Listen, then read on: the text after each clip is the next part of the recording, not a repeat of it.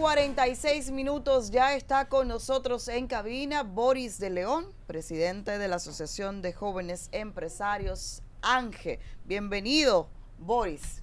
Muchísimas gracias, Danilza, y un saludo a todos los miembros de este maravilloso equipo de Panorama de la Tarde y saludo a todos los oyentes.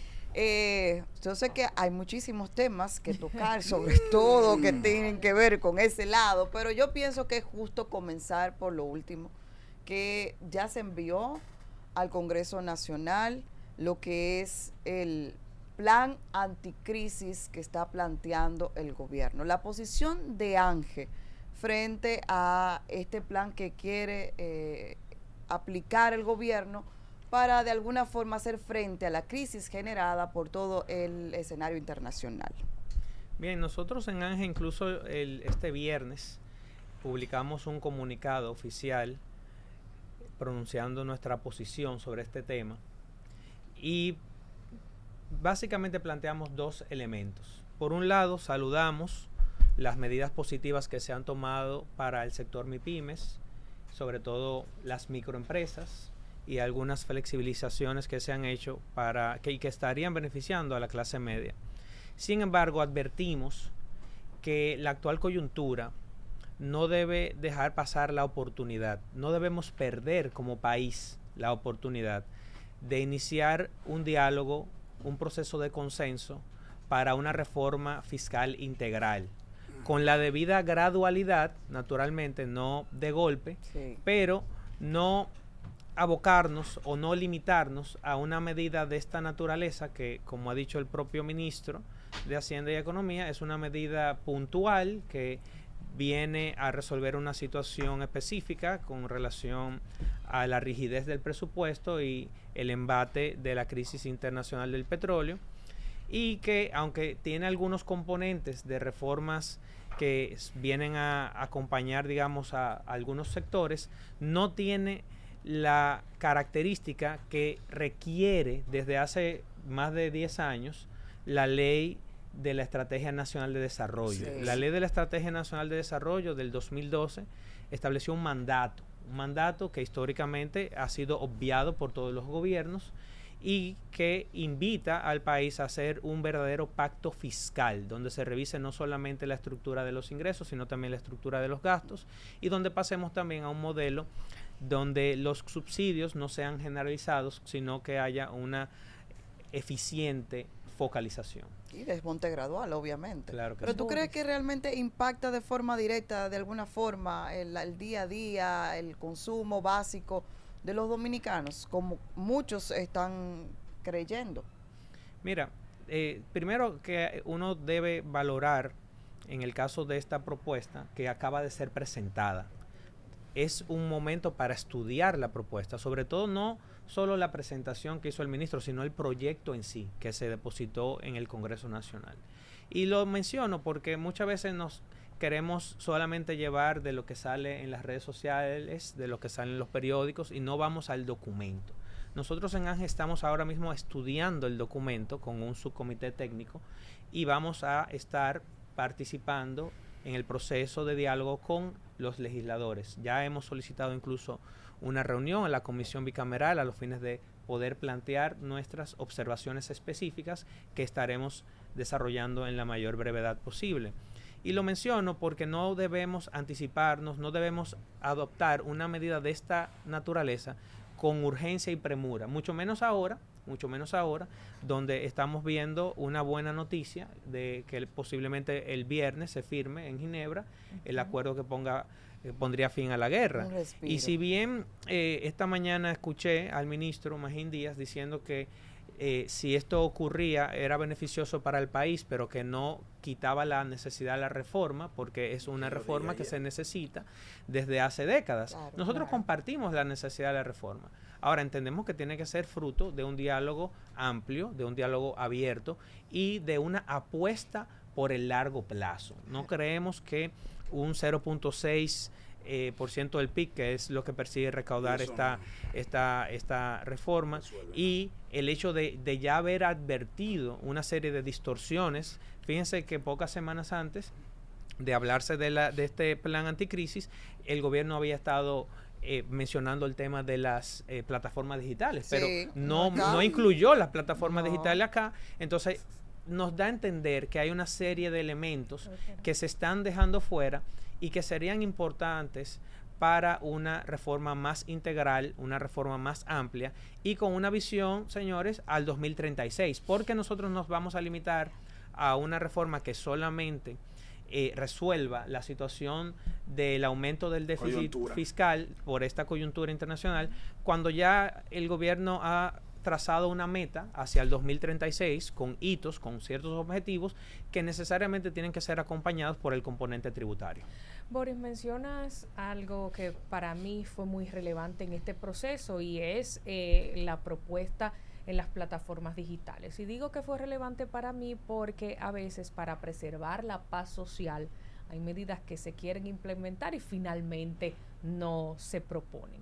¿Está la República Dominicana preparada para asumir este proceso ya con una propuesta como ustedes la hacen desde ANGE de una reforma integral? O sea, ¿estaría el país en condiciones de comprender eso y de aceptarlo sin que hayan situaciones difíciles? Y en segundo lugar, ¿en qué vamos a parar con el código laboral?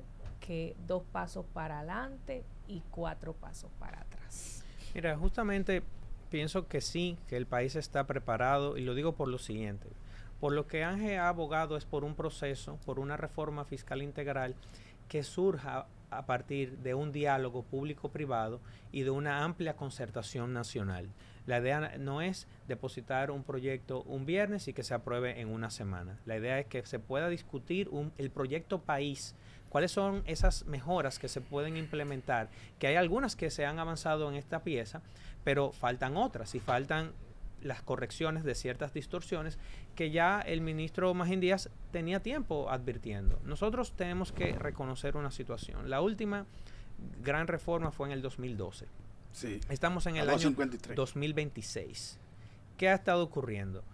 Este año estamos discutiendo varias propuestas que inciden en las cargas regulatorias de las empresas. Debemos tomar en cuenta 2 perspectivas. Las perspectivas de los consumidores, pero también las perspectivas de los empresarios. Hay un segmento de empresarios que está enfrentando una situación de competencia desleal. La informalidad sigue arropando la economía y la informalidad es una bomba de tiempo. Es una bomba de tiempo que puede tener implicaciones importantes para la sostenibilidad del propio sistema de seguridad social, que también está en proceso de revisión. Entonces yo le diría al gobierno, si este es el momento para seguir discutiendo la reforma del Código de Trabajo y también para discutir la reforma de la Ley de la Seguridad Social, ¿por qué no es el momento para discutir una reforma fiscal integral?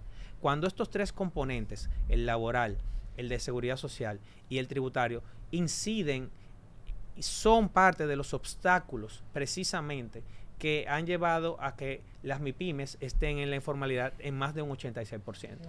Entonces, cuando uno lo visualiza de manera integral y uno piensa cómo es que quiere el gobierno lograr para el 2028 que 350,000 MIPYMES se formalicen, cómo es que queremos duplicar el PIB de aquí al 2036, necesariamente necesitamos tocar la mesa y reconocer que necesitamos reformas estructurales y que tenemos que verlo como un proyecto país, no solamente desde la perspectiva de la actual coyuntura, que quizás es la que hace que esta reforma tenga esa vocación de estabilidad social tan marcada, porque ciertamente hacer una reforma en el entendido de que sea una pieza que aumente cargas tributarias en este contexto es difícil, es complejo políticamente. Totalmente. Pero lo que nosotros entendemos es, en ANGE, que no hay mejor momento que ahora. Esto está pendiente desde el 2012.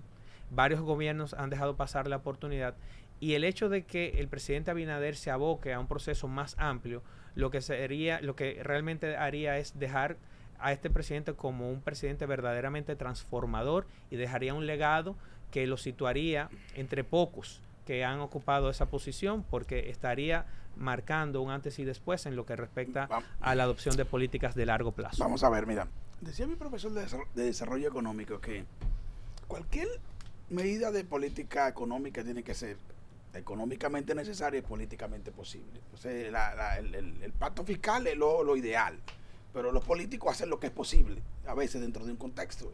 Lo ideal hubiera sido que el presidente llegara en el 2024 y agarrara esos 5 meses y se pusiera a negociar ese pacto fiscal, que había tenido la legitimidad y tal vez el tiempo, y el momento no lo hizo, y otro camino. Ahora tiene que usar un parche, como han hecho los demás, y por eso entonces quizá ustedes están exigiendo que se haga con un pacto fiscal. El pacto fiscal hace tiempo que se necesita, pero yo creo que no será posible.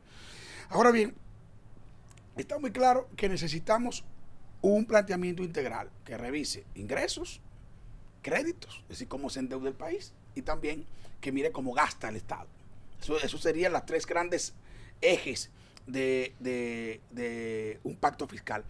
Ahora, una de las grandes cargas que tiene el presupuesto público es el gasto tributario. El gasto tributario, es decir, las exenciones fiscales. Las exenciones, que gran parte de ellas son ITIBIS, y la otra están a sectores productivos, zona franca, turismo. ¿Cómo lo ven ustedes? ¿Ustedes creen que el Estado, y ustedes son parte del sector productivo y me imagino que estarían de acuerdo con las exenciones, pero las exenciones tienen que tener un límite, una proporción, tienen que estar orientadas hacia sectores estratégicos? ¿Cómo ven ustedes este tema de las exenciones? ¿Deben ser revisados, deben ser ajustados a un criterio más racional para darle equilibrio al gasto público? Mira, yo creo que has tocado en la diana cuando mencionaste que las exenciones persiguen impulsar sectores estratégicos. Totalmente, sí. Yo creo que estamos abiertos a que sean revisadas siempre y cuando sea parte de esa discusión, de ese marco integral, porque tendría necesariamente que ir acompañado de una revisión del gasto. Y naturalmente hay que tomar en cuenta cuáles son las proyecciones y cuáles son las iniciativas que quiere el gobierno impulsar para lograr la meta 2036 de cara al posicionamiento que puede tener este país a nivel regional. Hemos visto cómo con la política recientemente impulsada por Estados Unidos con relación al tema de los aranceles, hemos visto cómo incide el posicionamiento de este país y cómo podemos quizás aprovechar oportunidades que quizás no podríamos aprovecharlas si no tuviésemos ese régimen en ciertos sectores estratégicos como turismo y zonas francas que emplean a una gran cantidad de personas. Entonces yo creo que es un tema de equilibrio, de valorar en su justa dimensión los beneficios que ha generado cada segmento de exenciones, no generalizarlo porque hay que ver cada realidad de cada sector.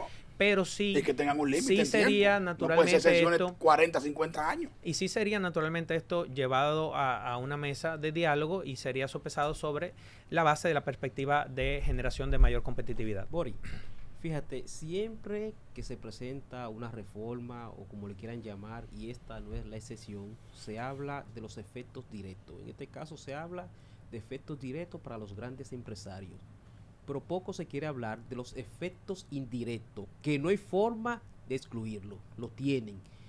Ahora bien, ¿tienen ustedes algún plan para mitigar esos efectos indirectos que necesariamente van a impactar sobre el pueblo dominicano? O sea, en caso de darse, ¿pueden ustedes con el gobierno tener algunos niveles de alternativa para lidiar con esa situación?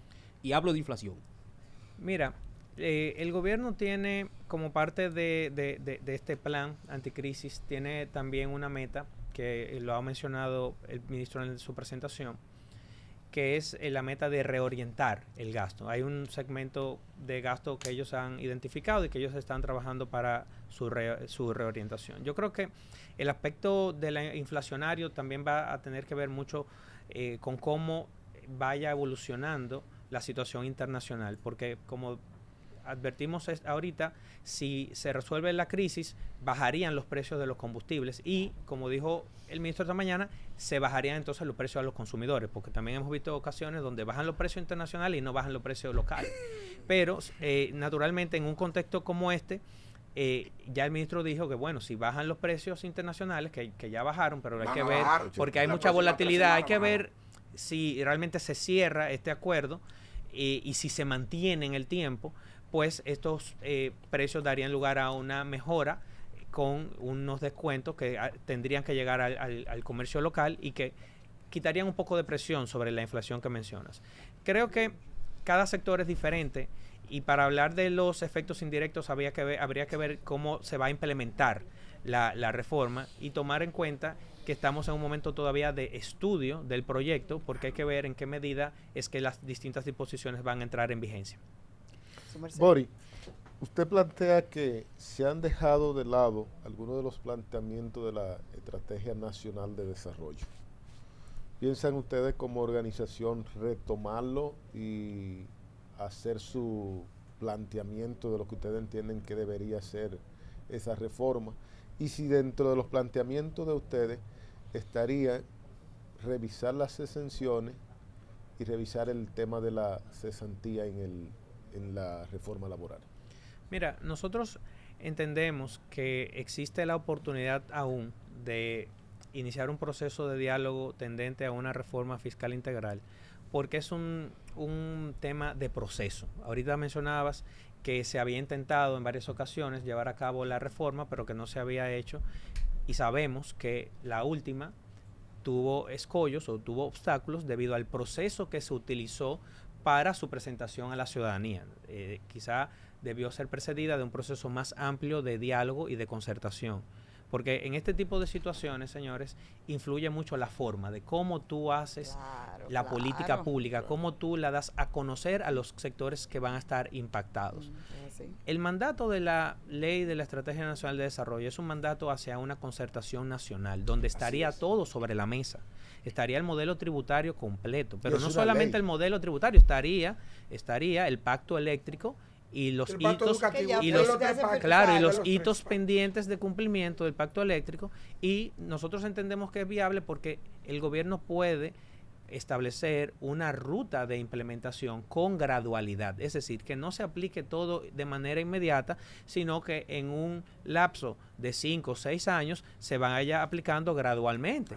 Lo digo porque estamos en el 2026 y tenemos ya una meta bastante ambiciosa para el 2036, que es la meta 2036. Sin una reforma fiscal integral, difícilmente nosotros logremos la meta, porque deberíamos estar con un crecimiento de 6-7% anual. Entonces estamos bastante por debajo desde el momento en que fue lanzada esa iniciativa. 50 años llega ahí. Y por eso es que yo digo, miren, señores, hay que ver esto de manera integral, hay que verlo como un proyecto país y hay que verlo desde el punto de vista de la sostenibilidad fiscal. No podemos continuar con ese déficit recurrente de 3-4% del PIB todos los años y con ese nivel de endeudamiento. No es sostenible. Es cierto lo que ha dicho en varias ocasiones el ministro Magín Díaz, de que bueno, no es una situación apremiante, urgente, pero no es sostenible. Entonces, si estamos todos de acuerdo en que no es sostenible, ¿cuándo es que será el mejor momento para llevar a cabo esta reforma?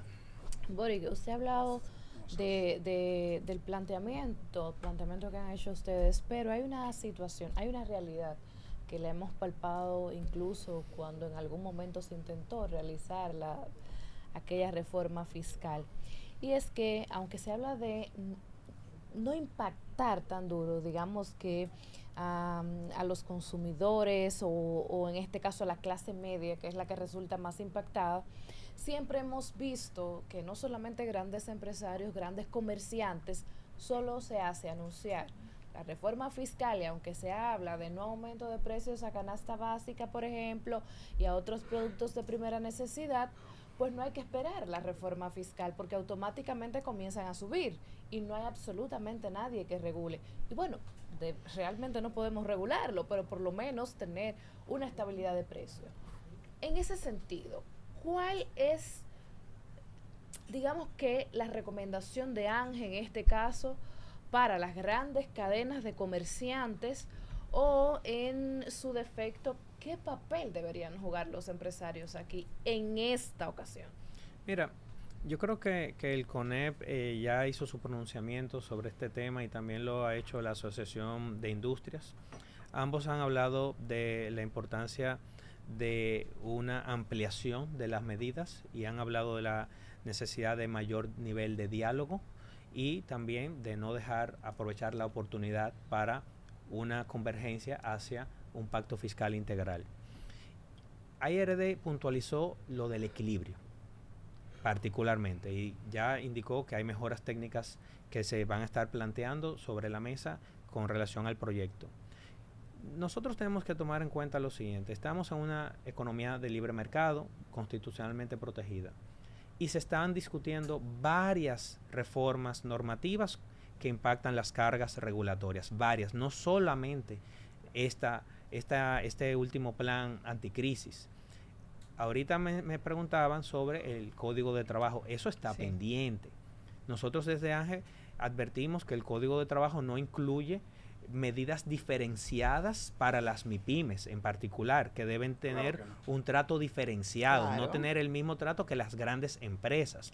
Y las grandes empresas lo que van a querer es mayor previsibilidad y equilibrio, pero hay que ver todos los componentes. Todavía estamos ahora a 15 de junio y todavía nosotros no hemos visto la aprobación de la modificación de la ley de residuos sólidos, que también es una carga regulatoria que impactó al sector empresarial. Entonces, y en adición a esto tenemos también que están circulando proyectos para la reforma de la ley de seguridad social que implican el aumento de aportes de los tanto de los trabajadores como de los empleadores. Entonces, cuando uno ve que todo está socializándose al mismo tiempo, uno dice, bueno, vamos a sentarnos, vamos a ver cómo vamos a enfrentar esta carga regulatoria, vamos a analizar cómo podemos mejorar este proyecto, pero necesariamente la incidencia que esto puede tener sobre los precios va a depender de todas estas cargas regulatorias y de la realidad de cada empresa, porque no necesariamente